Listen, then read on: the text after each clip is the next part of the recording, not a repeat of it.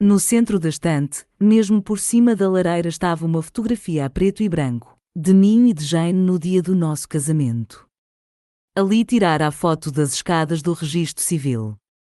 Já então, a arte de ali era evidente, embora Jane tenha sempre sido bonita, naquele dia as lentes da máquina também foram simpáticas para mim. Era assim que eu sempre desejara parecer quando estivesse ao lado dela. Todavia, era estranho que nas prateleiras não houvesse mais fotografias de Jane e de mim juntos. Nos álbuns existem dezenas de instantâneos tirados pelos miúdos, mas nenhum deles mereceu a distinção de ser emoldurado. Em várias ocasiões, ao longo dos anos, Jane sugeriu que tirássemos outra fotografia, mas, com a vida ocupada que tenho levado, nunca dei importância à questão. Agora, por vezes dou comigo a pensar por que motivo não arranjamos tempo para esse tipo de coisas, ou o que isso pode significar para o nosso futuro, ou até se terá qualquer importância. A conversa com Noah deixara-me a pensar acerca dos anos que passaram depois de os meus filhos terem saído de casa. Poderia ter sido um marido melhor? Sem dúvida que sim. Contudo, olhando para trás, penso que foi nos meses que se seguiram à ida de Leslie para a universidade que eu mais desapontei a minha mulher, se assim se pode caracterizar uma completa ausência de atenção da minha parte. Recordo agora que nesses dias Jane parecia calada e até um pouco amuada, que ficava a olhar sem ver o que estava para lá das portas de vidro ou a remexer, sem ouvir nada, em velhas caixas com coisas dos miúdos. Mas eu tivera um ano especialmente trabalhoso na firma. O velho Ambry sofrera um ataque cardíaco e fora obrigado a reduzir o horário de trabalho, transferindo muitos dos problemas dos seus clientes para mim. As duas situações, uma imensa sobrecarga de trabalho e a reorganização imposta à firma pela doença do Ambry, deixaram-me exausto e preocupado. Quando, de repente, Jane decidira decorar a casa de novo, fora um sinal de que ela estava no bom caminho, entretida com um novo projeto. O trabalho, julguei, não lhe deixaria tempo para pensar na ausência dos filhos. E foi assim que apareceram sofás de couro onde havia outros forrados de tecido, mesinhas de café feitas de madeira de cerejeira, candeeiros de latão trabalhado. A sala de jantar tem novo papel de parede e a mesa tem cadeiras suficientes para acomodar os nossos filhos e os seus futuros cônjuges. Mesmo considerando que Jane fez um excelente trabalho, devo admitir que me senti frequentemente chocado. Quando as faturas do cartão de crédito chegavam através do correio eletrónico, embora tivesse achado por bem não fazer comentários sobre a questão. Contudo, foi depois de ela ter terminado que ambos começamos a notar novos problemas no casamento. Dificuldades que não eram consequência de o ninho ter ficado vazio, mas que tinham antes a ver com o género de casal em que nos tínhamos transformado. Porém, nenhum de nós se referiu ao assunto. Foi como se ambos estivéssemos convencidos de que dizer as palavras em voz alta as tornaria definitivas e, segundo penso, ambos tivemos medo do que daí podia resultar.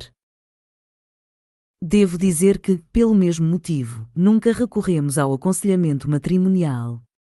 Chamem-me conservador, mas nunca me senti confortável a discutir os nossos problemas com outras pessoas, e Jane pensa como eu. Além disso, já sei o que o conselheiro nos iria dizer. Não, a saída dos filhos não era a causa do problema, diria o conselheiro, nem o aumento do tempo livre de Jane. Estes foram apenas os catalisadores que fizeram emergir problemas que já existiam. Então, como é que chegamos a este ponto? Por doloroso que seja dizê-lo, suponho que o nosso verdadeiro problema nasceu de descuidos inocentes, principalmente meus. Para ser totalmente franco. Para além de ser frequente eu colocar as necessidades da minha carreira acima das da família, sempre considerei a estabilidade do meu casamento como um dado adquirido. Como eu via as coisas, o nosso era um relacionamento sem problemas, e Deus sabe que nunca fui o tipo de homem capaz de inventar, como Noah, pequenas coisas para agradar às mulheres. Quando pensava nisso, o que, francamente, não acontecia com frequência, aliviava-me crer que Jane sempre soubera o género de homem que eu era, e que isso seria suficiente. Mas o amor, acabei por perceber, é mais do que 3 palavras murmuradas antes de chegar à altura de ir para a cama. O amor alimenta-se de gestos, da devoção que pomos nas coisas que fazemos pelo outro, todos os dias. Ora, ao olhar para a fotografia, não podia deixar de pensar que 30 anos de descuidos inocentes fizeram com que o meu amor parecesse uma mentira e que era chegada a hora de pagar a fatura. Só éramos casados formalmente. Havia 6 meses que não fazíamos amor e os poucos beijos que trocávamos significavam pouco para qualquer de nós. Eu sentia-me a morrer por dentro. Magoado pelo que tinha perdido e, ao olhar para a fotografia do nosso casamento, odiei-me por ter permitido que as coisas tivessem tomado aquele caminho. Capítulo 5. A despeito do calor, passei o resto da tarde a jardinar e mais tarde tomei um duche, para me dirigir à mercearia. Afinal, era sábado, o meu dia de cozinhar, e decidi experimentar uma nova receita que levava massa de cotovelos e verduras. Embora pensasse que o prato seria suficiente para nós os dois, à última hora decidi comprar aperitivos e uma salada. Às 5 horas já estava na cozinha, às 5:30, os aperitivos estavam adiantados. Preparara cogumelos estofados com salsichas e creme de queijo, que estavam a aquecer no fogão, juntamente com o pão que trouxera da padaria. Tinha acabado de pôr a mesa e preparava-me para abrir uma garrafa de Merlot, quando ouvi Jane entrar pela porta da frente. "Estás cá?" gritou Jane, da entrada. "Estou na sala de jantar", respondi. Quando dobrou a esquina do corredor, fiquei estupefacto com o aspecto dela. O meu cabelo está a ficar ralo e salpicado de cinzento, mas o dela continua tão preto e tão forte como no dia em que nos casamos. Tinha algumas madeixas presas atrás das orelhas e, ao pescoço, trazia um pequeno pendente com diamantes que eu lhe ofereci num dos primeiros anos de casados. Por muito preocupado que possa ter estado em certas fases do casamento, tenho de confessar honestamente que nunca me cansei da beleza da minha mulher. "Anna!" exclamou. "Que bem que cheira! O que é o jantar?" "Vitela em vinho marsala", anunciei, pegando na garrafa para lhe servir um copo de vinho. Ao estudar a expressão, notei que a ansiedade da noite anterior fora substituída por um ar de excitação que não lhe via há muito tempo. Pude adivinhar que as coisas tinham corrido bem entre ela e Ana. Mesmo sem me ter apercebido de que estivera a conter a respiração, soltei um longo suspiro de satisfação. "Nem vais acreditar no que aconteceu hoje", disse derrompante. "Não vais acreditar, nem depois de te contar." Tomando um gole de vinho, agarrou-me o braço para se equilibrar enquanto descalçava um sapato e depois o outro. Senti o calor do toque mesmo depois de me ter largado. "O que é que foi?" perguntei. "O que é que aconteceu?" Fez um gesto de entusiasmo com a mão livre. "Anda daí", incitou-me. "Vem comigo até à cozinha para te contar tudo." "Estou esfomeada." Andámos tão ocupadas que não tivemos tempo para almoçar. Quando nos apercebemos de que estava na hora de ir comer, quase todos os restaurantes estavam fechados e ainda tínhamos uns quantos lugares aonde ir, antes de Ana ter de se ir embora. "A propósito, obrigada por teres feito o jantar. Estava completamente esquecida de que era o teu dia de cozinhar e andava à procura de uma desculpa para mandar vir uma refeição já pronta." Continuou a falar enquanto passava pelas portas de vá-vem e entrava na cozinha. Caminhando atrás dela, ia a admirar o subtil movimento das ancas dela ao andar. "De qualquer modo, julgo que a Ana está a entrar nos eixos." Pareceu-me bastante mais entusiasmada do que ontem à noite, continuou, a olhar por cima do ombro, de olhos brilhantes. "Mas, oh, espera. Nem vais acreditar." As bancadas da cozinha estavam cheias de ingredientes para o prato principal, vitela às fatias, verduras diversas, uma tábua de corte e uma faca. Deslizei até junto do fogão para tirar os aperitivos e coloquei a folha de estanho em cima do fogão. Olha, chamei. Olhou-me surpreendida. Já estão prontos? Encolhi os ombros. Há horas de sorte. Jane pegou num cogumelo e deu-lhe uma dentada. Por isso, esta manhã fui buscá-la. Anna, isto está mesmo bom, comentou e fez uma pausa para examinar o cogumelo. Deu outra dentada e saboreou-a, antes de continuar. Ora bem, a primeira coisa que discutimos foi a presença de fotógrafos, de alguém bastante mais qualificado do que eu. Sei da existência de uns quantos estúdios na Baixa, mas tinha quase a certeza de não conseguirmos contratar um, assim à última hora. Por isso, na noite passada pensei que o filho da Claire podia fazer o trabalho. Está a ter aulas de fotografia no Carteret Community College e é o que pretende fazer quando se formar. Telefonei à Claire esta manhã e disse que talvez passássemos por lá, mas a Ana, como não conhecia qualquer trabalho dele, não estava muito convencida. A minha ideia era recorrer a alguém que ela conheça do jornal, uma pessoa que faça trabalhos como independente. Ora bem, para tornar curta uma história comprida, ela quis verificar nos estúdios se eles tinham alguém disponível. E nem vais acreditar no que aconteceu. Diz lá, encorajei. Jane levou mais um dos cogumelos à boca, fazendo aumentar a expectativa. Os dedos dela brilhavam ao estender a mão para outro cogumelo. Estão realmente bons, disse com entusiasmo. É uma receita nova? É. É complicada? Nem por isso. Jane respirou fundo. Assim, de qualquer modo, como eu pensava, os 2 primeiros lugares aonde fomos não tinham vagas. Fomos, então, ao Keaton Studio. Já alguma vez viste fotografias de casamentos feitas pelo Jim Keaton? Ouvi dizer que é o melhor da praça. É espantoso, retorquiu Jane. O trabalho é excelente. Até a Ana ficou impressionada e tu sabes como ela é. Foi ele quem fez o casamento da Dana Crowe, recordas-te? Habitualmente tem marcações para os 6 ou 7 meses seguintes e, mesmo assim, é difícil de apanhar. Quero dizer, não tinhas hipóteses, pois não? Mas quando perguntei à mulher dele, é ela quem dirige o estúdio, disse-me que houvera recentemente uma desistência. Comeu outro pedaço de aperitivo, mastigando lentamente. E o que é facto, anunciou com o mais ligeiro dos encolheres de ombros, é que ele tinha uma vaga para o próximo sábado. Alcei as sobrancelhas. Isso é maravilhoso. Agora que o clímax fora revelado, Jane começou a falar mais depressa, pondo-me a par do restante. Olha, nem consegues acreditar como a Ana ficou feliz.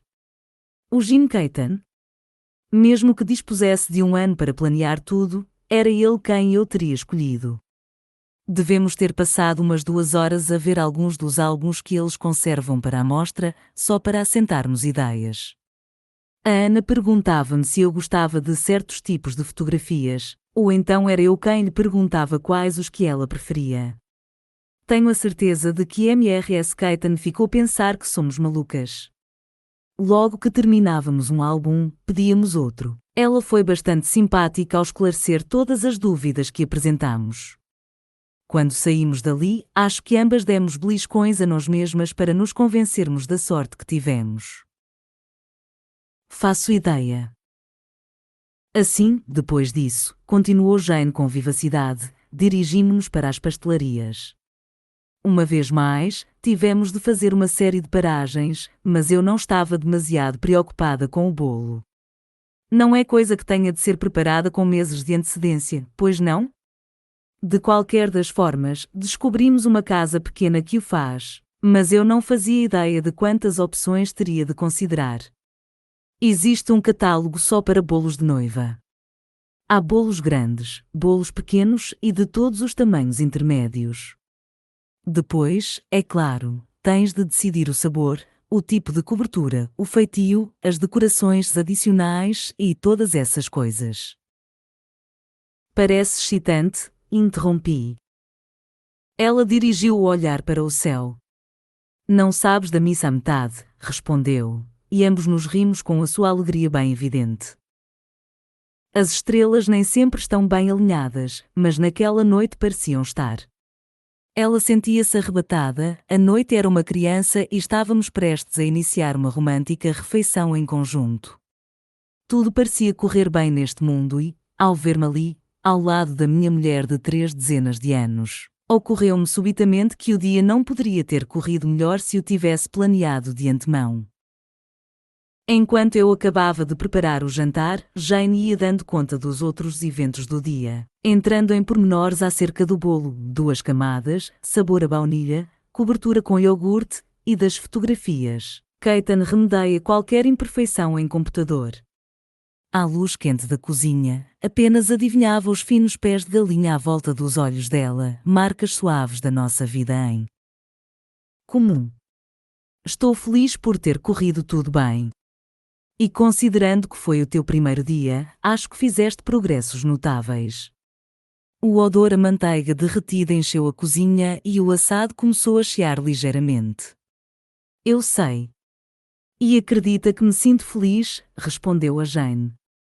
Mas continuamos sem saber onde se deve realizar a cerimónia e, até isso estar resolvido, não consigo entrar nos restantes preparativos.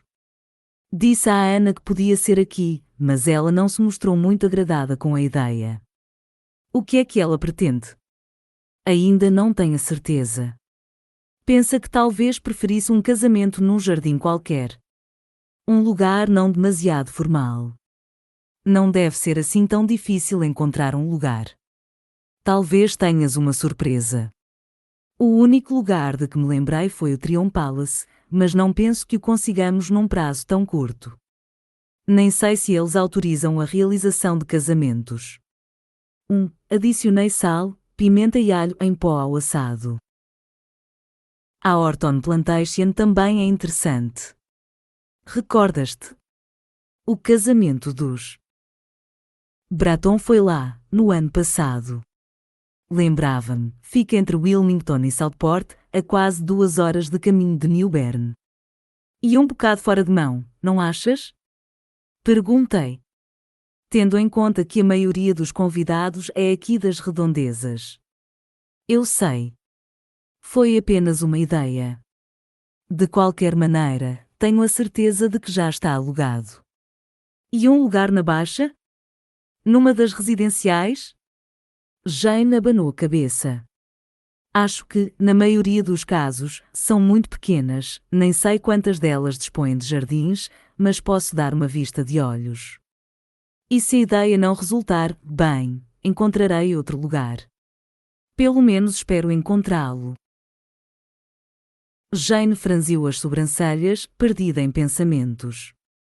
Encoscou-se à bancada e apoiou um pé, ainda com a meia calçada, contra o armário por detrás dela, parecendo a mesma moça jovem que me pediu que a levasse até ao carro. Da segunda vez que a conduzia ao carro, parti do princípio de que ela se limitaria a entrar e a arrancar, como fizera da primeira vez. Em vez disso, colocara-se naquela renesma pose, encostada ao carro do lado do condutor, e tivemos aquela que eu considero a nossa primeira conversa. Recordo-me da animação patente nas suas feições ao descrever os pormenores da sua infância em New Bern e que, pela primeira vez, notei os atributos que nunca mais deixei de lhe apreciar: a inteligência e a paixão, o charme, a maneira descuidada como parecia encarar o renundo. Anos mais tarde, mostrou os mesmos traços quando houve necessidade de criar os nossos filhos e eu sei as razões que os levaram a tornar-se os adultos simpáticos e responsáveis que são atualmente. Interrompendo os devaneios de Jane, pigarreei e disse: hoje, fui visitar o Noah. Ela acordou ao ouvir as minhas palavras. Como é que ele está? Está bem. Pareceu-me cansado, mas muito bem disposto. Estava outra vez junto do lago? Estava, respondi. Antecipando a pergunta seguinte, acrescentei: o cisne também lá estava. Vi que contraía os lábios, mas como não desejava estragar-lhe a boa disposição, continuei a falar. Falei-lhe do casamento. Ficou excitado. Fiz um gesto de assentimento. Muito. Disse-me que vai adorar estar lá. Jane juntou as mãos. Amanhã vou lá e levo a Ana comigo. Ela não o viu na semana passada e sei que vai querer falar do assunto ao avô, concluiu, com um sorriso cúmplice.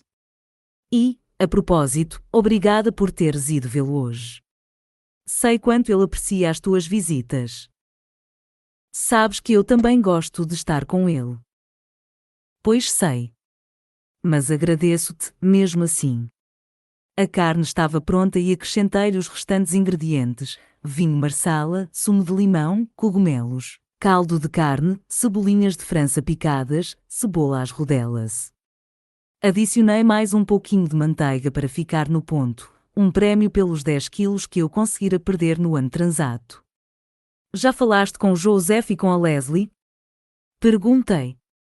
Por momentos, a Jane ficou a ver-me mexer o tacho. Então, tirando uma colher da gaveta, mergulhou-a no molho e provou. Isto está bom, comentou erguendo as sobrancelhas. Pareces surpreendida. Não, na verdade não estou. Transformaste-te num bom cozinheiro. Pelo menos, se compararmos com o que eras no início. O quê? Não adoraste sempre os meus cozinhados? Levou um dedo ao queixo. Digamos apenas que puré de batata queimado e molhos espessos são coisas a que a gente se habitua. Sorri, sabendo que tudo aquilo era verdade. As minhas primeiras experiências na cozinha não foram um sucesso de arromba. Antes de pousar a colher na bancada, a Jane provou uma vez mais o molho. Wilson? Ainda acerca do casamento, começou. Olhei para ela. O que é que tem? Sabes que vai sair caro arranjar um bilhete para o Joseph à última hora, não sabes? Sei. E o fotógrafo não leva barato, mesmo tendo havido uma desistência. Assenti. Já calculava. E o bolo é um bocado caro. Para um bolo, está bem de ver. Não há problema. Dá para muita gente, não dá? Olhou para mim com curiosidade, obviamente admirada com as minhas respostas. Bem. Só quis avisar-te com antecedência para não ficares aborrecido. Por que motivo iria ficar aborrecido? Oh, tu sabes. Por vezes, ficas aborrecido quando as coisas começam a sair-te caras. Como? Jane alçou uma sobrancelha. Não finjas que não estás a perceber. Não te recordas do que aconteceu com a renovação da casa? Ou quando o sistema de aquecimento se avariava? Até engraxas os teus próprios sapatos. Levantei as mãos, num gesto teatral de rendição. Muito bem, já sei a tua opinião. Mas não te preocupes. Isto é diferente, afirmei, sabendo que ela estava atenta ao que eu dizia. Mesmo que gastássemos tudo o que temos, ainda valeria a pena. Quase se engasgou com o vinho e mirou-me de olhos arregalados. Depois, passado um bom bocado, deu um passo rápido em frente e tocou-me no braço com a ponta de um dedo. Para que foi isso? Indaguei. Foi só para confirmar se eras mesmo o meu marido, ou se tinhas sido substituído por um alienígena. Um alienígena? Sim. A invasão dos violadores. Não te lembras do filme? E claro que me lembro. Mas sou eu, em carne e osso. Graças a Deus, respondeu, a simular alívio. E, então, maravilha das maravilhas, sorriu-me. Mesmo assim, não quis deixar de te avisar. Sorri, como se o meu coração acabasse de ser acalentado. Tentava imaginar quanto tempo passara desde a última vez em que nos rimos e brincamos assim, na cozinha. Meses. Talvez anos? Embora percebesse que era apenas uma situação temporária, não deixava de atiçar a pequena fogueira de esperança que eu começara a alimentar em segredo. A minha primeira saída com Jane não correu exatamente como eu previra. Reservar a mesa no Arper, que era considerado o melhor restaurante da cidade. E também o mais caro. Tinha dinheiro suficiente para pagar o jantar, mas sabia que teria de fazer sacrifícios durante o resto do mês, se queria pagar as outras contas. Também planeara algo de especial para depois do jantar. Apanhei-a de frente do dormitório do Meredith e a viagem até ao restaurante levou apenas uns minutos. Conversa típica de primeira saída, que apenas trata os temas pela rama. Falámos da escola, reconhecemos que o tempo estava frio e eu notei que fora uma boa ideia aquela de ambos levarmos abafos. Também me lembro de ter dito que considerava a camisola dela um encanto e Jane informou-me que a tinha comprado no dia anterior. Embora gostasse de saber se ela a comprara de propósito para o encontro, achei que a pergunta direta seria inconveniente. Devido a haver muita gente a fazer compras, foi difícil encontrar espaço para o carro e tivemos de o deixar a alguns quarteirões de distância do restaurante. No entanto, como dispunha de uma certa folga de tempo, tinha a certeza de poder chegar ao restaurante a tempo de utilizar a mesa reservada. No caminho, as pontas dos nossos narizes fizeram-se vermelhas e o ar que nos saía da boca formava pequenas nuvens. Algumas das lojas tinham as montras rodeadas de luzes que piscavam. Ao passarmos nas imediações das casas que vendiam pizzas, ouvimos canções de Natal vindas das máquinas que tocavam no interior.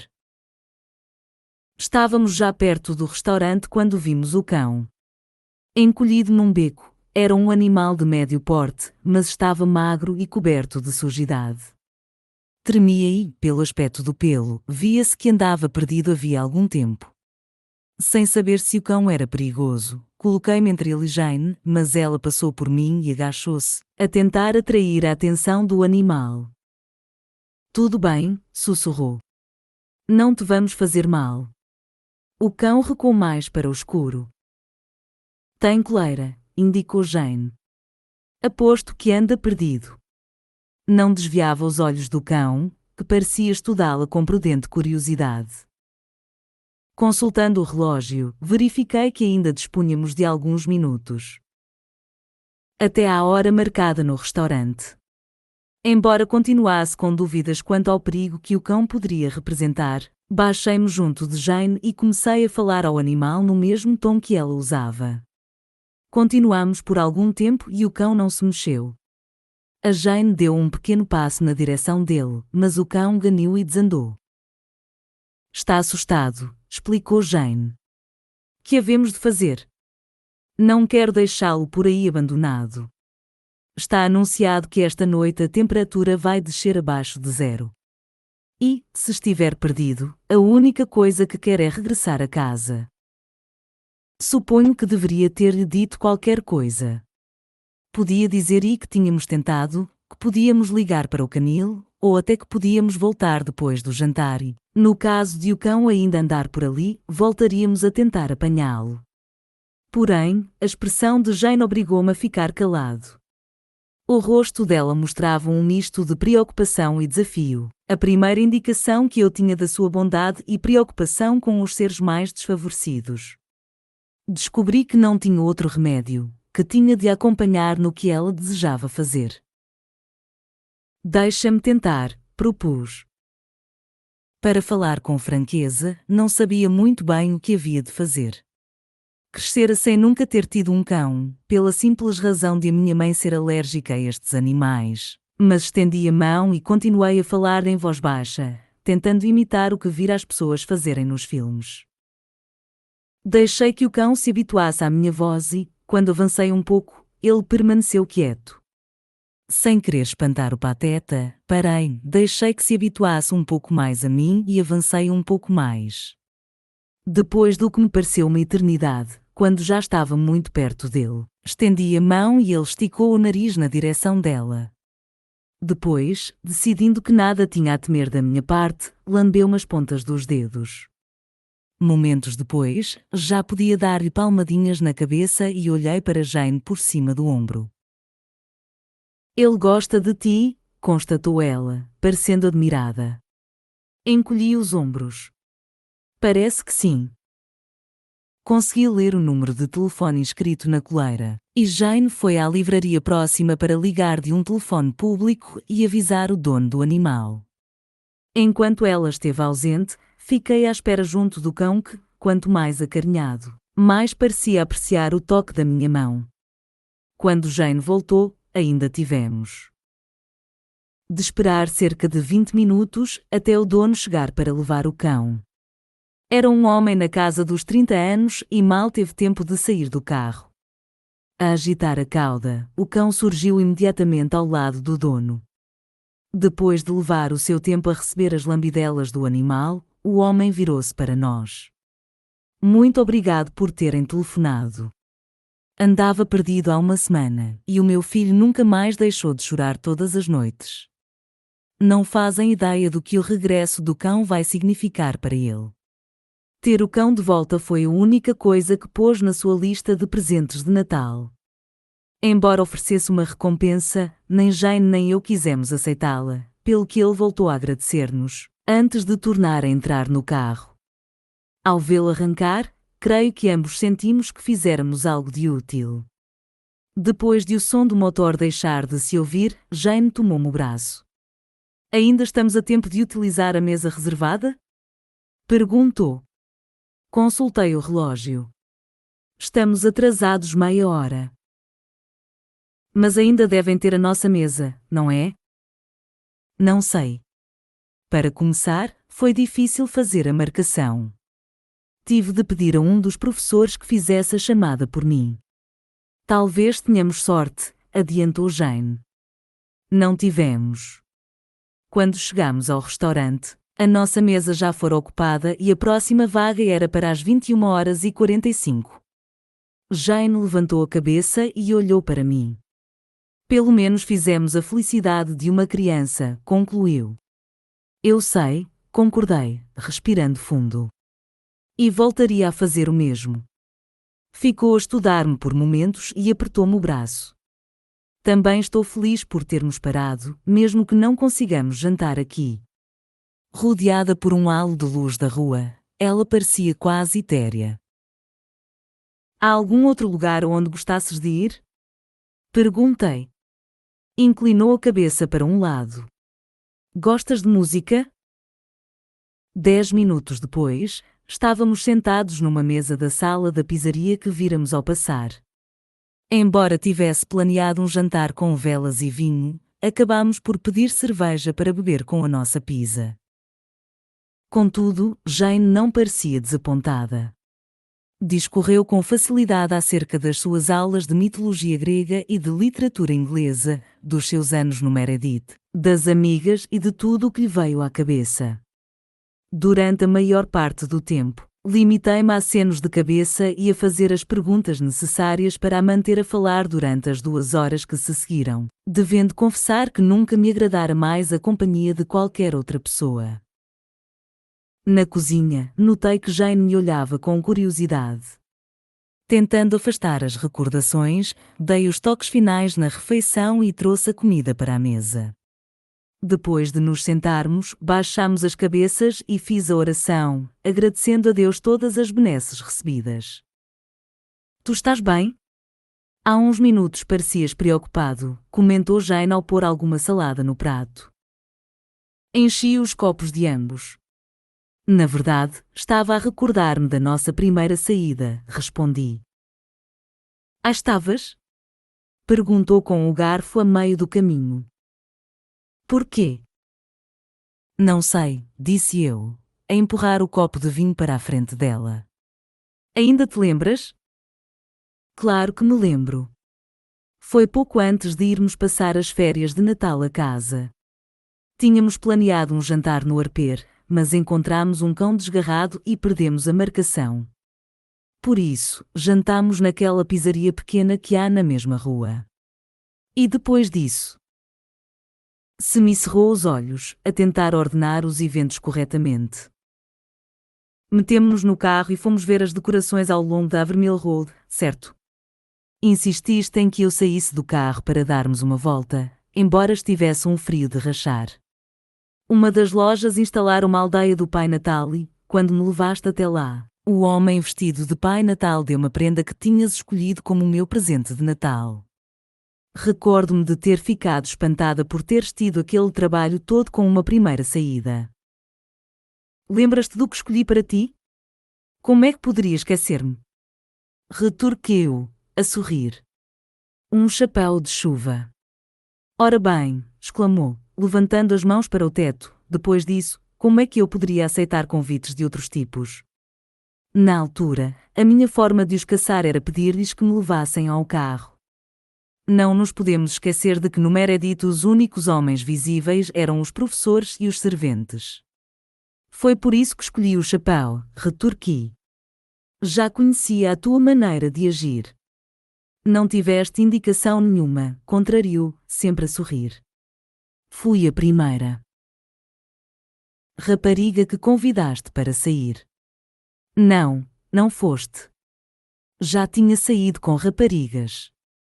Mostrou uma expressão zombeteira. Está bem, então fui a primeira rapariga que beijaste. Aquilo era verdade, embora lamentasse ter-lhe dito isso, pois nunca mais se esqueceu desse facto, que tende a ressurgir em momentos como este. No entanto, em minha defesa, afirmei, andava demasiado ocupado a preparar o futuro. Não dispunha de tempo para esse género de coisas. Eras tímido. Eras estudioso. Há uma certa diferença. Não te lembras do nosso jantar? Ou do passeio de carro? Praticamente não me disseste nada, a não ser descreveres-me as tuas aulas. Também falei de outros assuntos, contrapus. Disse que gostava da tua camisola, ou não te lembras? Sorriu. Isso não conta. Tiveste a sorte de eu ter sido tão paciente contigo. Sim, concordei. Tive. Disse aquilo da forma que gostaria de ouvir da boca dela e penso que ela captou o tom da minha voz. Fez um sorriso breve. Queres saber a melhor recordação que tenho daquela noite? Continuei. A minha camisola? A minha mulher, devo acrescentar, sempre foi de resposta pronta. Soltei uma gargalhada, mas era claro que estava com disposição para coisas mais sérias e prossegui. Gostei da forma como paraste por causa do cão, de não quereres afastar-te até teres a certeza de que ele ficava em segurança. Isso revelou-me que tinhas o coração no sítio certo. Iria jurar que o meu comentário a fez curar, mas não tardou a pegar no copo de vinho, não me permitindo ter a certeza. Antes que ela pudesse dizer qualquer coisa, mudei de assunto. E então, a Ana já começa a ficar nervosa? Indaguei. Jane abanou a cabeça. De maneira nenhuma, não me parece minimamente preocupada. Julgo que acredita que tudo vai dar certo, como hoje aconteceu em relação às fotografias e ao bolo. Esta manhã, quando lhe mostrei a lista de tudo o que havia a fazer, limitou-se a dizer-me, nesse caso, é melhor que comecemos de imediato, não é? Fiz um gesto de concordância. Julgo a Ana muito capaz de dizer aquilo. E quanto ao amigo dela, o pastor? Diz que lhe telefonou na noite passada, que ele se mostrou muito feliz com a ideia. Isso é bom. Um problema a menos. Começou Jane, mas calou-se. Eu sabia que a cabeça dela já estava virada para as atividades da semana seguinte. Julgo que vou precisar da tua ajuda, acabou por dizer. O que é que tens em mente? Bem, vais ter de arranjar um smoking para ti, outro para o Kit e outro para o Joseph. E também para o papá, isso não é problema. Ajeitou-se na cadeira. A Ana deve arranjar os nomes das pessoas que gostaria de convidar.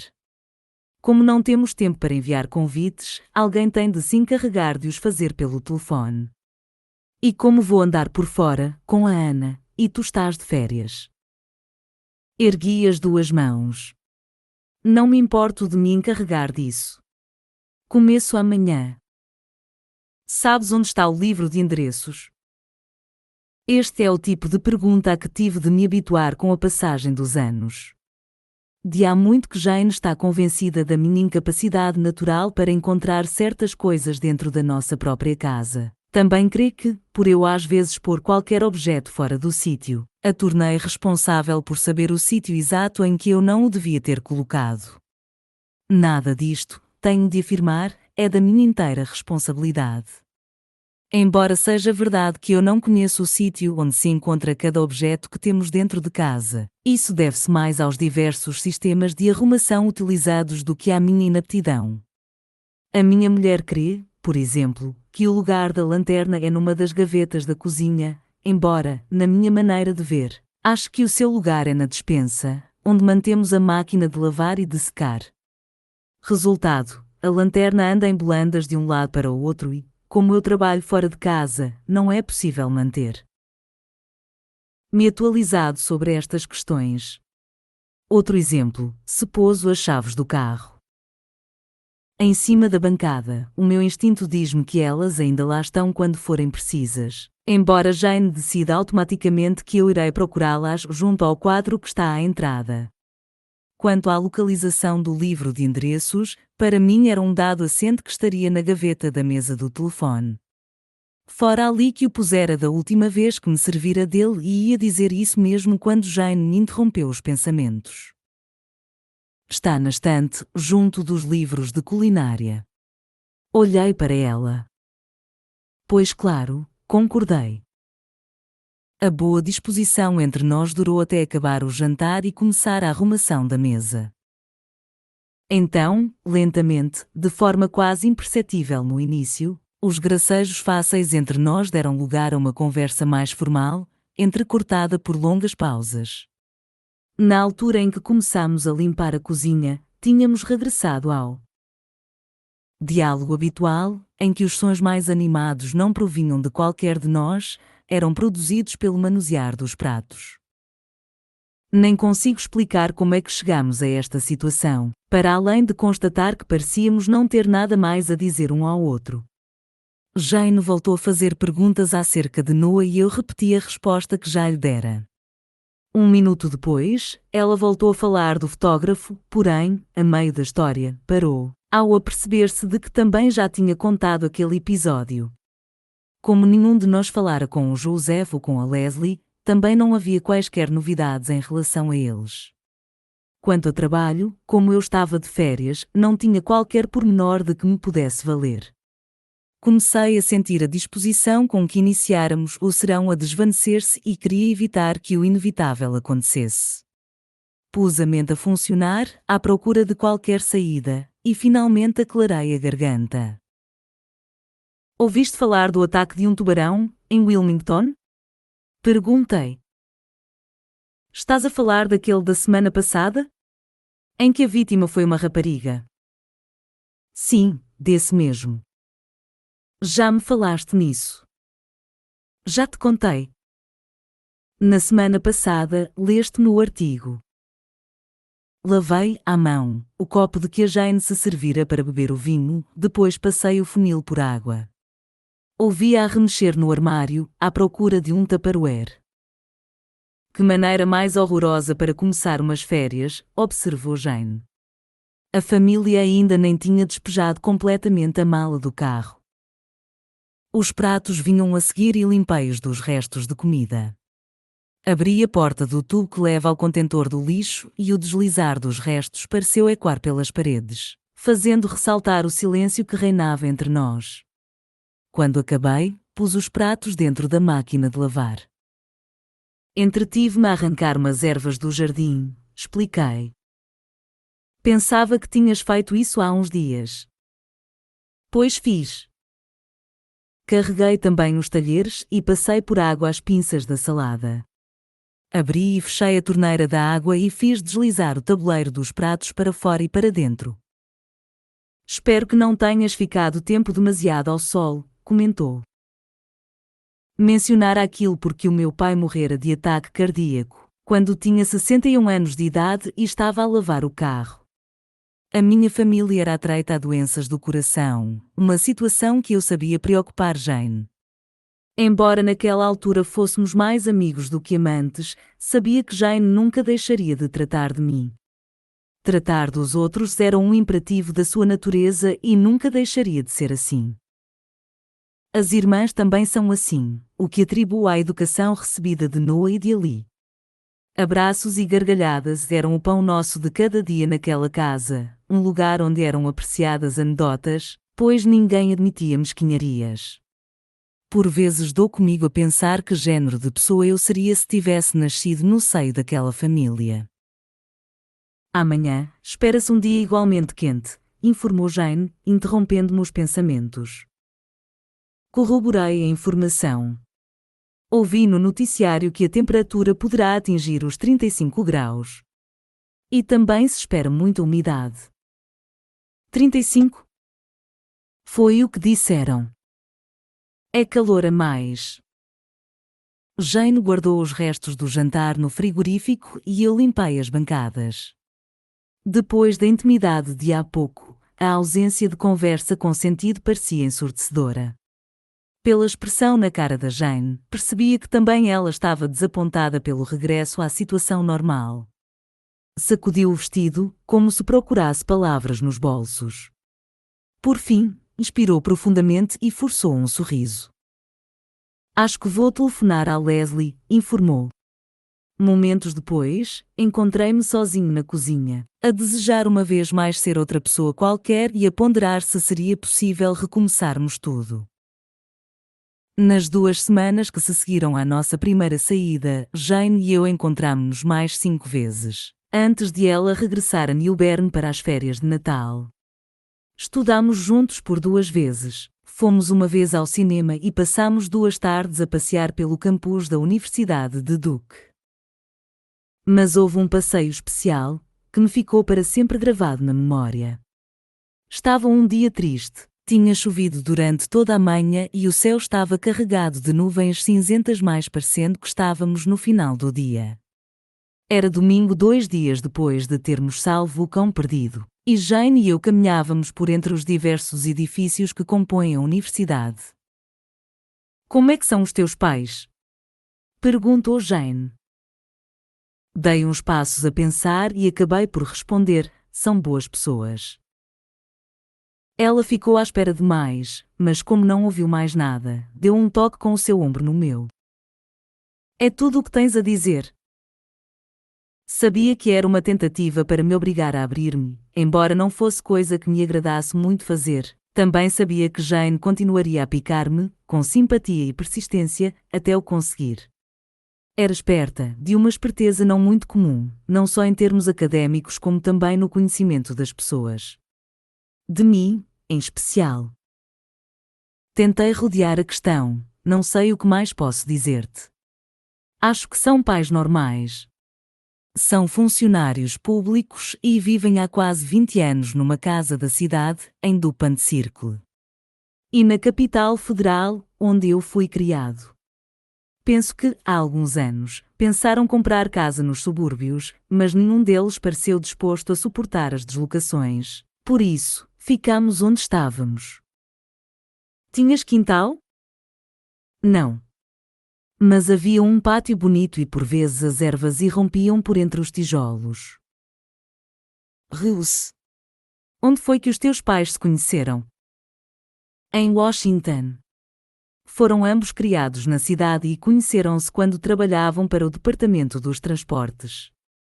Penso que estiveram durante algum tempo na mesma secção, mas não tenho a certeza. Nunca me falaram muito do assunto. Tem algum passatempo?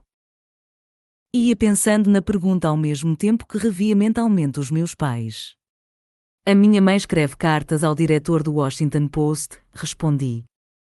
Penso que pretende mudar o mundo. Está sempre a tomar o partido dos desfavorecidos e, isso é verdade, está sempre cheia de ideias sobre a forma de transformar o mundo num lugar melhor. Deve escrever pelo menos uma carta por semana. Nem todas são publicadas, mas ela recorta as que o foram e recolhe-as no álbum. E o meu pai é do género pacato. Gosta de construir barcos dentro de garrafas. Ao longo dos anos deve ter feito centenas e, sempre que deixa de ter espaço nas estantes, começa a oferecê-los às escolas para serem exibidos nas bibliotecas. Os miúdos adoram-nos.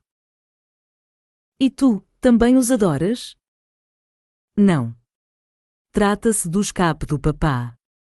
Nunca se mostrou muito interessado em ensinar-me como se faz, pois sempre pensou que eu havia de arranjar o meu próprio passatempo. Mas estava autorizado a vê-lo trabalhar, desde que não mexesse em nada. Que tristeza! Não me afetava, contrapus. Nunca conheci nenhum passatempo diferente e achava aquele interessante. Lento, mas interessante. Não falava muito enquanto trabalhava, mas era agradável estar ao pé dele. Jogava a bola contigo? Ou iam andar de bicicleta? Não. Não era grande adepto do ar livre. Só gostava dos barcos. Ensinou-me muito acerca da paciência. Jane baixou os olhos, a observar o terreno que pisávamos, e eu sabia que estava a estabelecer comparações com a forma como fora criada. E és filho único? Embora nunca tivesse contado a mais ninguém, dei comigo a querer dizer. E um motivo. Já nessa altura pretendia que ela me conhecesse, que soubesse tudo a meu respeito. A minha mãe não pôde ter mais filhos. Sofreu uma espécie de hemorragia quando eu nasci. Depois disso, uma nova gravidez seria muito arriscada. Enrugou a testa. Lamento. Penso que ela também lamentou. Nesta altura, tínhamos chegado junto da capela principal e a Jane parou uns instantes para apreciar a arquitetura. Foi a maior descrição que me fizeste de ti de uma vez só, notou ela. Disse mais do que provavelmente contei a qualquer outra pessoa. Pelo canto do olho, via a prender uma madeixa de cabelo atrás da orelha. Julgo que fiquei a perceber-te um pouco melhor, concluiu. Hesitei. E isso é bom? Em vez de responder, voltou-se para mim, de súbito, percebi que já conhecia a resposta. Suponho que deveria lembrar-me exatamente de como aconteceu, mas, para ser franco, os momentos seguintes varreram-se-me da memória. Num instante, dei comigo a atraí-la docemente para mim. Ela mostrou-se um tanto admirada, contudo, ao ver o meu rosto aproximar-se do dela, fechou os olhos e aceitou o que eu estava prestes a fazer. Inclinou-se e, quando os lábios dela tocaram os meus, soube que recordaria aquele primeiro beijo para sempre. Ao ouvir Jane falar ao telefone com Leslie, pensei que o som da voz se parecia muito com o da rapariga que naquele dia passeou ao meu lado pelo campus universitário. A voz era animada e as palavras fluíam livremente. Ouvia a rir como se Leslie estivesse ali na sala. Sentei-me no sofá, afastado meia sala, ouvindo com metade do ouvido. Jane e eu costumávamos conversar durante horas, mas agora parecia haver outras pessoas que ocuparam o meu lugar. Nunca lhe faltavam as palavras quando falava com os filhos, nem tinha de se esforçar muito para conseguir encontrar os termos certos sempre que visitava o pai. Tinha um círculo alargado de amigas e também se dava lindamente com elas. Gostaria de saber o que as amigas pensariam se passassem um serão normal em nossa casa. Seríamos o único casal afetado por este problema? Ou passar-se-ia o mesmo com todos os casamentos de longa duração, uma ação inevitável do tempo? A lógica parecia apontar para a segunda causa, mas, mesmo assim, atormentava-me pensar que a frivolidade acabaria no momento em que ela desligasse o telefone. Em vez de gracejos fáceis, discutiríamos miudezas e a magia perdia-se de imediato, para além de sentir que não aguentaria mais uma discussão sobre o tempo. Porém, o que poderíamos nós fazer? Esta era a questão para a qual procurava resposta. No espaço de 1 hora, vivera os nossos 2 casamentos e não tinha dúvidas sobre aquele que preferia, sobre aquele que julgava que Jane e eu merecíamos. Como ruído de fundo, ouvia Jane a preparar-se para acabar a conversa com Leslie. Existe uma forma de acabar uma chamada telefónica e eu conhecia a da Jane, tal como ela conhecia a minha. Não tardaria a ouvi-la dizer à nossa filha que a adorava, que fizesse uma pausa para dar tempo a que Leslie lhe dissesse o mesmo e que se despedisse. Sabendo o que estava para acontecer, e subitamente decidido a aproveitar aquela oportunidade, levantei-me do sofá e voltei-me para Jane. Ia atravessar a sala, disse a mim mesmo, e pegar-lhe na mão, exatamente como fizera à porta da capela da Universidade de Duke. Jane ficaria com dúvidas sobre o que estava a acontecer, as mesmas que a assaltaram da primeira vez, mas eu puxaria o corpo dela para o meu. Acariciava-lhe o rosto, fechava os olhos e, logo que os meus lábios tocassem os dela, ela saberia que aquele beijo era diferente de todos os outros que lhe dera até então. Seria um gesto simultaneamente novo e conhecido, apreciado mas cheio de saudade. O próprio facto de acontecer evocaria nela o mesmo tipo de sentimentos. Seria, pensava eu, um novo começo nas nossas vidas, tal como acontecera com o primeiro beijo, trocado havia tantos anos. Imaginava a cena claramente e, momentos depois, ouvi as palavras esperadas e o pousar do auscultador. Chegara a hora e, apelando a toda a minha coragem, comecei a aproximar-me dela. Jane estava de costas para mim, com a mão ainda pousada no telefone. Ficou quieta por momentos, a olhar pela janela da sala de estar, a observar o céu cinzento que começava lentamente a mudar de cor. Era a pessoa mais fantástica que eu conhecera e ia dizer-lhe isso mesmo, logo depois de a beijar. Continuei a andar. Estava agora muito perto, tão perto que conseguia notar o odor familiar do seu perfume. Senti o coração acelerar. Apercebi-me de que estava muito perto, que podia tocar mas, de súbito, ela levantou outra vez o auscultador. Com movimentos rápidos e eficientes, limitou-se a premir 2 teclas. Um número registado em memória e logo percebi o que ela acabara de fazer. Momentos depois, Joseph atendeu o telefone. Perdi a coragem, só me restava iniciar o caminho de regresso ao sofá durante cerca de 1 hora. Mantive-se sentado debaixo do candeeiro, com a biografia de Roosevelt aberta em cima das pernas. Embora me tivesse pedido que telefonasse aos convidados, depois de falar com Joseph, Jane telefonou aos amigos mais íntimos da família. Apreciei a vivacidade da minha mulher apesar de nos obrigar a viver em mundos separados até depois das 21 horas. O que me levou a concluir que a frustração dos sonhos, mesmo os de pouca monta, provoca sempre tristeza. Logo que Jane acabou, tentei captar-lhe a atenção. Em vez de ir sentar-se ao pé de mim no sofá, foi buscar um saco que deixara debaixo da mesa da entrada, em que eu não tinha reparado, e trouxe-o para a sala. A caminho de casa, aproveitei para comprar umas coisas para a Ana, explicou, mostrando-me 2 revistas dedicadas a noivas, mas, antes de lhes oferecer, quero aproveitar a oportunidade de dar-lhes uma vista de olhos. Respondi com um sorriso forçado, pois percebi que o resto do serão estava perdido. Boa ideia. Quando ficámos em silêncio, eu no sofá e a Jane na espreguiçadeira, dei comigo a olhá-la de forma subreptícia. Os olhos brilhavam-lhe ao passar de um vestido para o seguinte, vi rugas nos cantos dos lábios ao analisar alguns deles. Os olhos dela, tal como os meus, já não são o que foram e reparei que tinha de estender o pescoço para ver com mais clareza o que tinha à frente do nariz. Uma vez por outra, ouvia-a murmurar qualquer coisa, exclamações abafadas, e sabia que estava a imaginar Ana a usar qualquer dos artigos expostos em determinada página.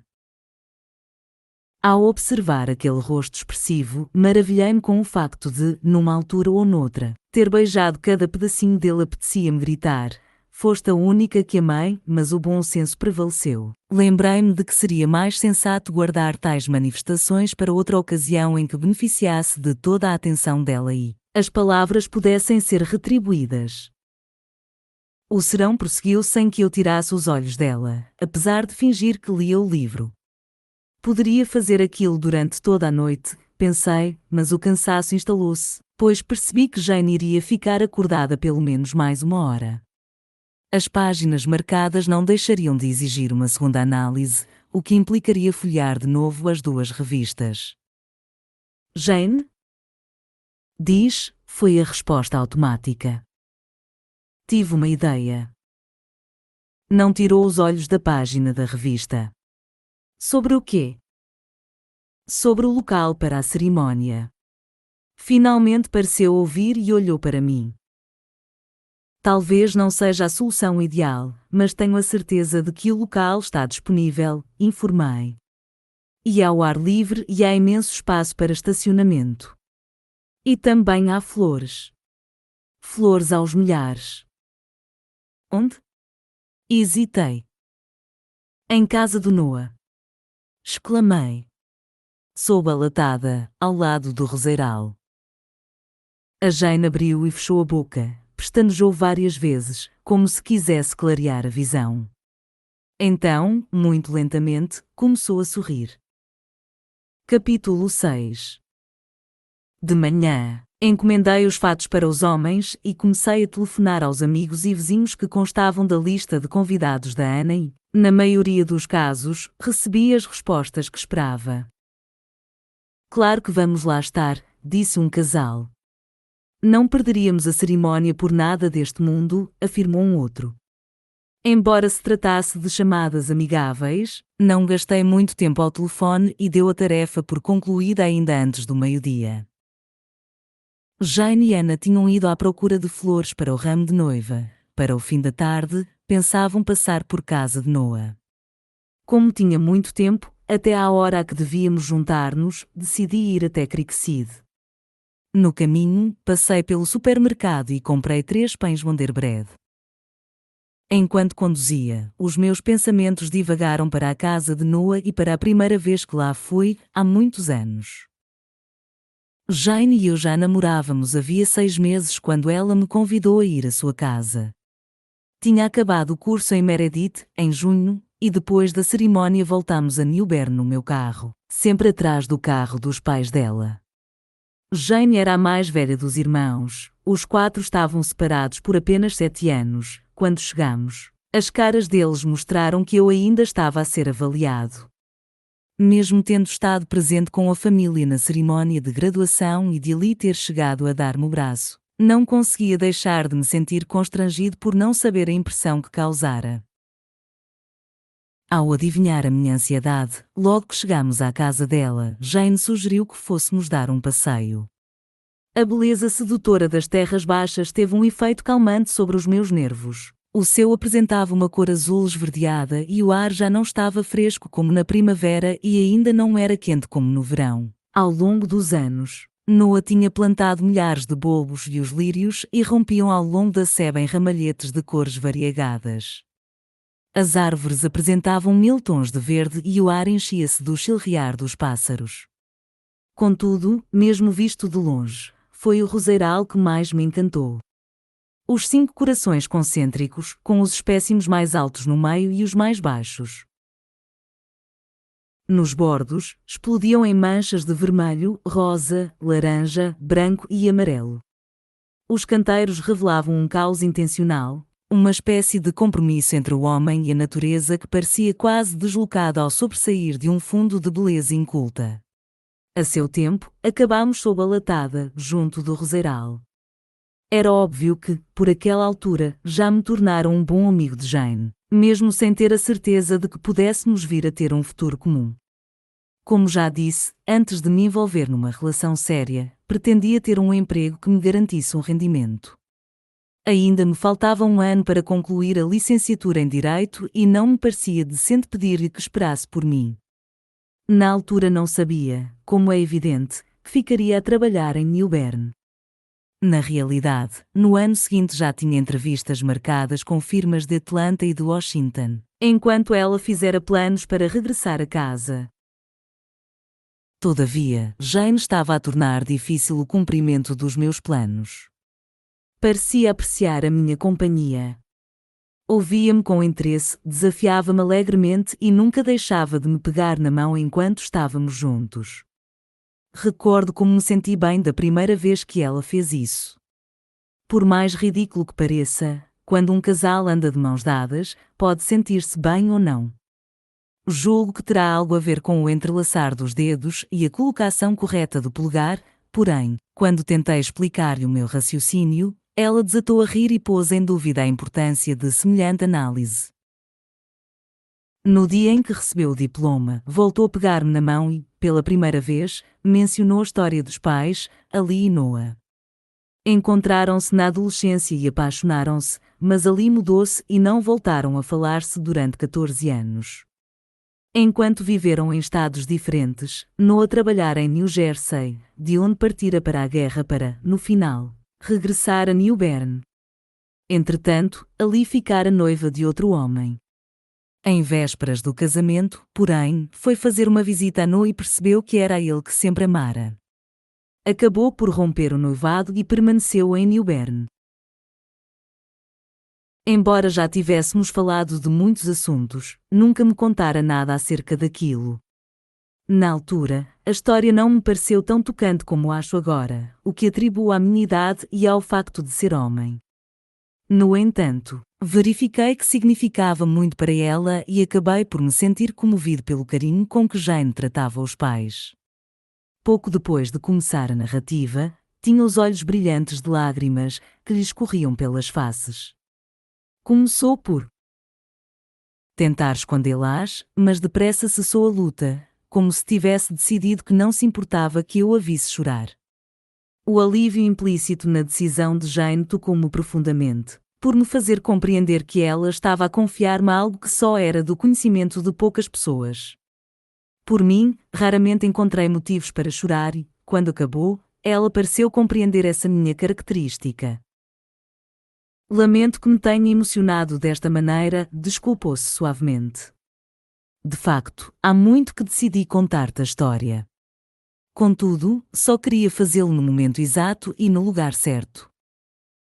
Então, apertou-me mais a mão, como se quisesse segurá-la para sempre. Desviei o olhar, sentindo um aperto no peito, como nunca sentira.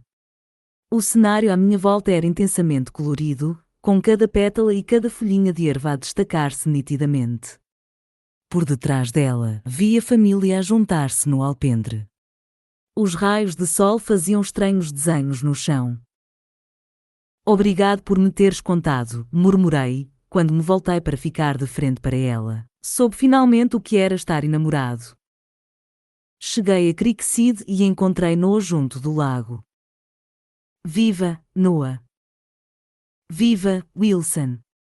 Saudou, mas continuou a olhar para a água. Obrigado por teres vindo. Pus o saco com os pães no chão.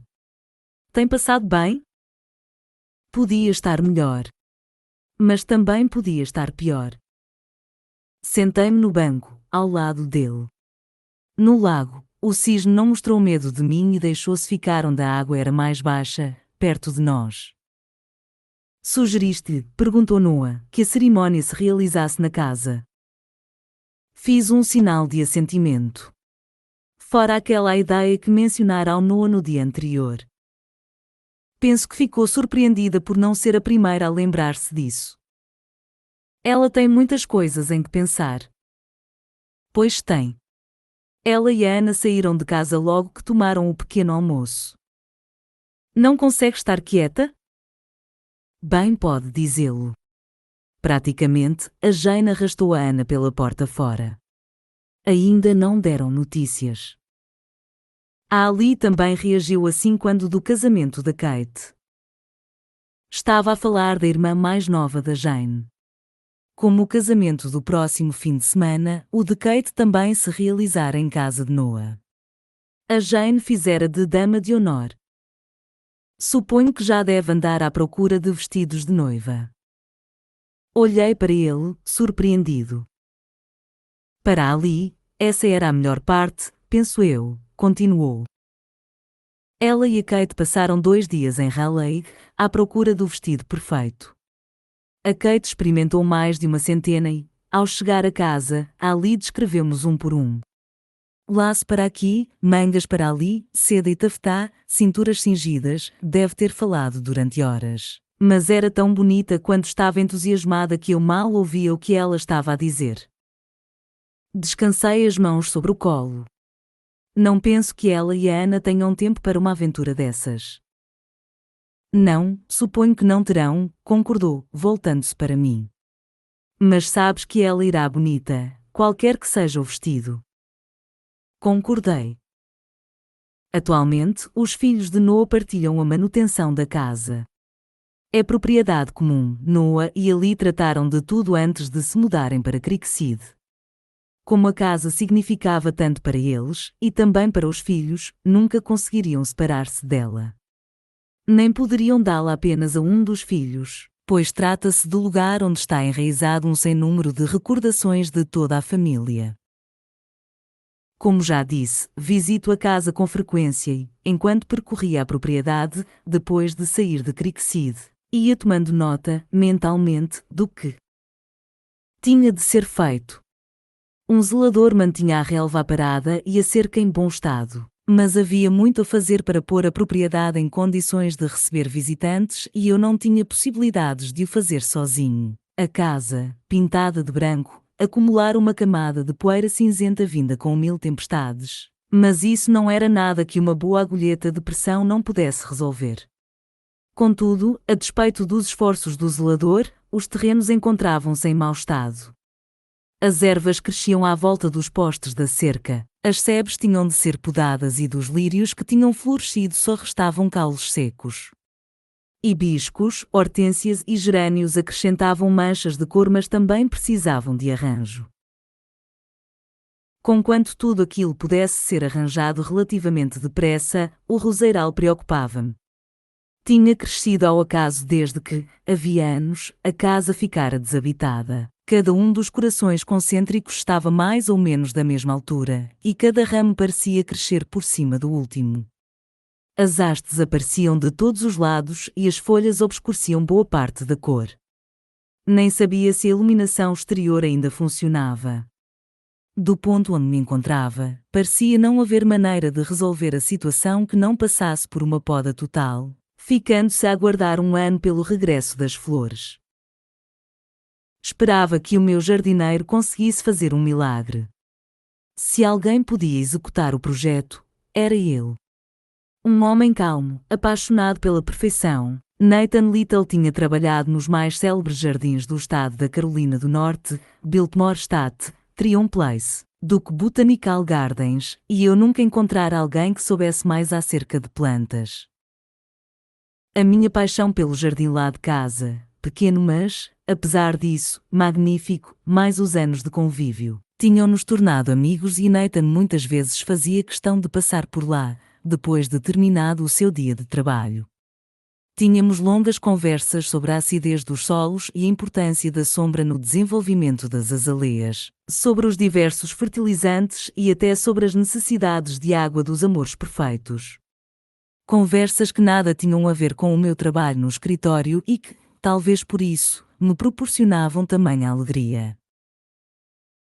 Ao observar a propriedade, estava também a visualizar o aspecto com que pretendia que ficasse. O contacto com Nathan foi dos primeiros que fiz e, embora fosse domingo, concordou em vir ter comigo. Dispunha de 3 equipas que praticamente só falavam espanhol e a quantidade de trabalho que cada equipa conseguia num só dia era impressionante. Mesmo assim, aquele era um projeto grande e só me restava rezar para que conseguissem terminá-lo a tempo. Quando estava a fazer os meus cálculos mentais vi, lá longe, Harvey Wellington, o pastor. Estava no seu alpendre da frente, encostado a um dos postes, de braços cruzados.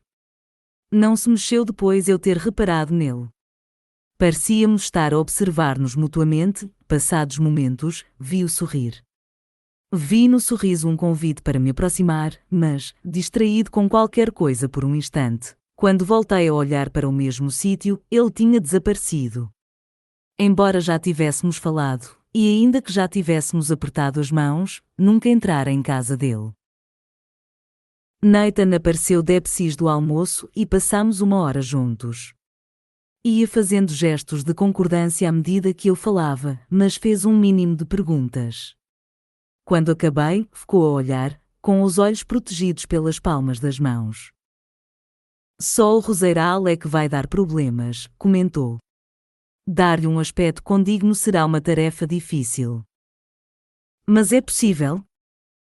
Antes de responder, levou o seu tempo a estudar o roseiral.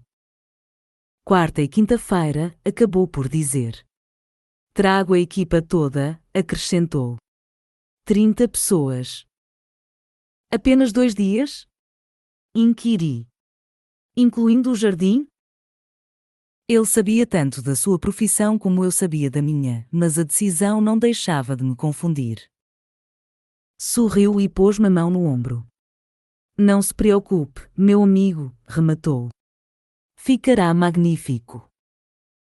Estávamos a meio da tarde e o calor subia do chão em ondas quase visíveis. A umidade tinha tornado o ar espesso, fazendo o horizonte parecer desfocado. Sentindo a transpiração na testa, levei a mão ao bolso para tirar um lenço. Depois de limpar o rosto, sentei-me no alpendre à espera de Jane e de Ana. A casa fora entapada, mas não por razões de segurança.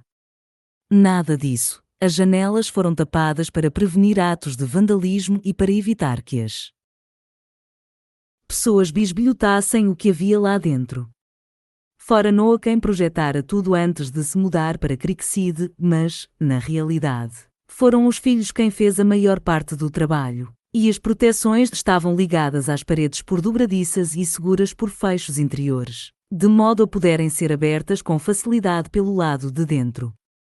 O zelador abria-as 2 vezes por ano para arejar a casa. A corrente elétrica fora cortada, mas havia um gerador nas traseiras, que o zelador também costumava pôr a funcionar para ver se estava tudo em ordem. A água nunca fora desligada por causa do sistema de rega e o zelador informou-me de que costumava abrir as torneiras da cozinha e das casas de banho para evitar que a ferrugem se acumulasse nos canos. Tenho a certeza de que, um dia, alguém voltará a habitar a casa. Não serei eu nem Jane, nem imagino que venha a haver aqui qualquer dos irmãos dela. Mas o aproveitamento da casa parece-me inevitável. Também é inevitável que isso só possa acontecer depois da partida de Noah. Jane e Ana chegaram poucos minutos depois, com a poeira a fazer turbilhão atrás do carro quando travaram no caminho de acesso à garagem. Reuni-me a elas debaixo da sombra de um gigantesco carvalho. Ambas olhavam à volta e notei que Jane estava a ficar cada vez mais angustiada. Ana mascava pastilha elástica e presenteou-me com um breve sorriso. Boa tarde, papá. Boa tarde, minha querida. Como é que correu hoje o dia? Foi giro. A mamãe entrou em pânico, mas acabamos por resolver as coisas. O ramo de noiva está encomendado e também os arranjos para os vestidos e as botoeiras. Jane não parecia estar a ouvir. Continuava a esquadrinhar tudo ansiosamente. Eu sabia que ela não julgava possível que a propriedade ficasse pronta a tempo. Como vinha ali menos vezes do que eu, penso que retivera o aspecto anterior do lugar e não o aspecto que apresentava agora.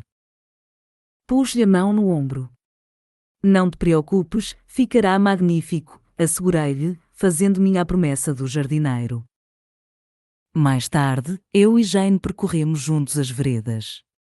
Ana tinha-se afastado para falar com Kit pelo telemóvel. Enquanto caminhávamos, fui-lhe relatando o que estava combinado com Nathan, mas via bem que ela tinha a mente ocupada com qualquer outra coisa. Quando a pressionei, Jane abanou a cabeça. O problema é a Ana, confessou com um suspiro. No momento está interessada nos planos, no minuto seguinte desliga-se. E parece incapaz de tomar qualquer decisão sozinha. Nem sobre as flores. Não sabe as cores que deseja no ramo de noiva, nem quais as variedades de flores que pretende. Porém, logo que eu afirmo gostar de qualquer coisa, ela diz que também gosta. Isto está a pôr-me maluca. Quero dizer, eu sei que tudo isto partiu de uma ideia minha, mas não deixa de ser o casamento dela. A Ana sempre foi assim, ripostei. Não te recordas de quando era pequena? Costumavas contar-me as mesmas peripécias quando a levavas contigo a comprar as roupas para a escola. Eu sei, anuiu, mas num tom que sugeria haver qualquer outra coisa a preocupá-la. O que é que se passa? Inquiri. A Jane soltou um suspiro. Só queria dispor de um pouco mais de tempo. Sei que já conseguimos alguns resultados, mas, se tivéssemos mais tempo, poderia preparar uma espécie de copo de água. Por mais encantadora que seja a cerimónia, o que é que se faz depois? A Ana não terá outra oportunidade de passar por uma experiência destas. A minha mulher, uma romântica incorrigível. Nesse caso, por que é que não havemos de ter um copo de água? De que estás a falar? O copo de água não se pode fazer aqui? Basta abrirmos a casa. Olhou para mim como se eu tivesse perdido o juízo. Para quê? Não temos fornecedor, não temos mesas, não temos música. Tudo coisas que levam tempo a contratar. Não basta bateres as palmas para toda a gente aparecer, pronta para te servir. Não foi isso que disseste quando se falou do fotógrafo. Um copo d'água é diferente, respondeu com ar de quem não admite réplica. Então vamos fazer de maneira diferente, persiste. Talvez possamos fazer com que alguns convidados tragam comida. Olhou-me com cara de poucos amigos. Improvisos? Perguntou, sem sequer tentar esconder o desalento. Queres improvisar um copo d'água com restos trazidos pelos convidados? Senti-me encolher um pouco. Foi apenas uma ideia, tartamudeei. Ela abanou a cabeça e fixou o olhar lá longe, dizendo, não faz mal. De qualquer forma, não é importante. O que interessa é a cerimônia. Deixa-me fazer uns telefonemas, avancei. Pode ser que arranje qualquer coisa. Não há tempo suficiente, repetiu. Eu conheço pessoas que fazem coisas dessas. O que era verdade? Como um dos 3 advogados especialistas em propriedades que havia na cidade, e no início da minha carreira chegar a ser o único, tinha a sensação de conhecer a maior parte dos empresários do distrito. Ela hesitou. Sei que conheces, respondeu, mas as palavras mais pareciam uma desculpa. Surpreendendo-me a mim próprio, peguei-lhe na mão. Vou fazer uns telefonemas. Tem confiança em mim. Talvez a causa fosse a seriedade com que falei, ou a sinceridade patente no meu olhar, mas, quando nos levantamos, olhou-me e pareceu analisar-me. Depois, muito lentamente, fez pressão na minha mão, como a dizer-me que tinha confiança em mim. Obrigada, agradeceu e, com a mão dela a envolver a minha, tive uma estranha sensação de déjà vu, como se os nossos anos de vida em comum tivessem, de súbito, começado a voltar para trás. E, durante um momento fugidio, voltei a ver Jane sob a latada. Tinha acabado de ouvir a história dos pais dela e também éramos ambos jovens, com um futuro brilhante e promissor à nossa frente. Tudo era novo, como fora tanto tempo antes, e quando, no minuto seguinte, a vi partir acompanhada de Ana, adquiri a certeza de que aquele casamento era a coisa mais abençoada que nos acontecia desde há muitos anos.